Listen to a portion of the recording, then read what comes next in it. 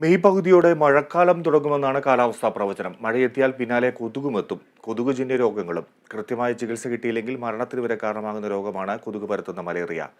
ഇന്ന് ലോക മലേറിയ ദിനം. വേനൽ മഴ എത്തിയതോടെ മഴക്കാല രോഗങ്ങൾ വ്യാപിച്ചു തുടങ്ങി. എന്നാൽ കൊതുകുജന്യ രോഗങ്ങളും വർദ്ധിക്കുന്നു. ചിക്കുൻഗുനിയ, ഡെങ്കിപ്പനി എന്നീ രോഗങ്ങൾ പോലെ കൊതുകുകൾ പരത്തുന്ന രോഗമാണ് മലേറിയയും. എല്ലാ വർഷവും ഏപ്രിൽ 25 ലോക മലേറിയ ദിനം ആചരിക്കുന്നു.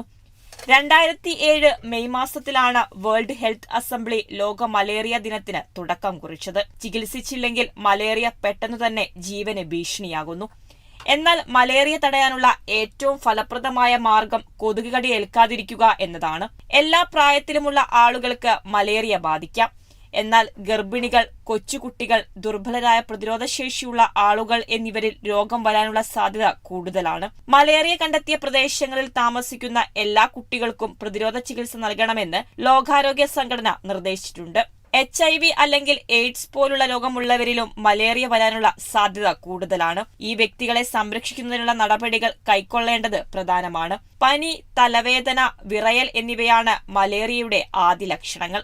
സാധാരണ അണുബാധയുള്ള കൊതുക് കടിച്ച് 10-15 ദിവസങ്ങൾക്ക് ശേഷം മലേറിയ വരും. പനിയും തലവേദനയും ഒന്നിടവിട്ടുള്ള ദിവസങ്ങളിലോ 3 ദിവസം കൂടുമ്പോഴോ ആവർത്തിക്കുന്നുവെങ്കിലും ഇത് മലേറിയ ലക്ഷണമായി കണക്കാക്കാം.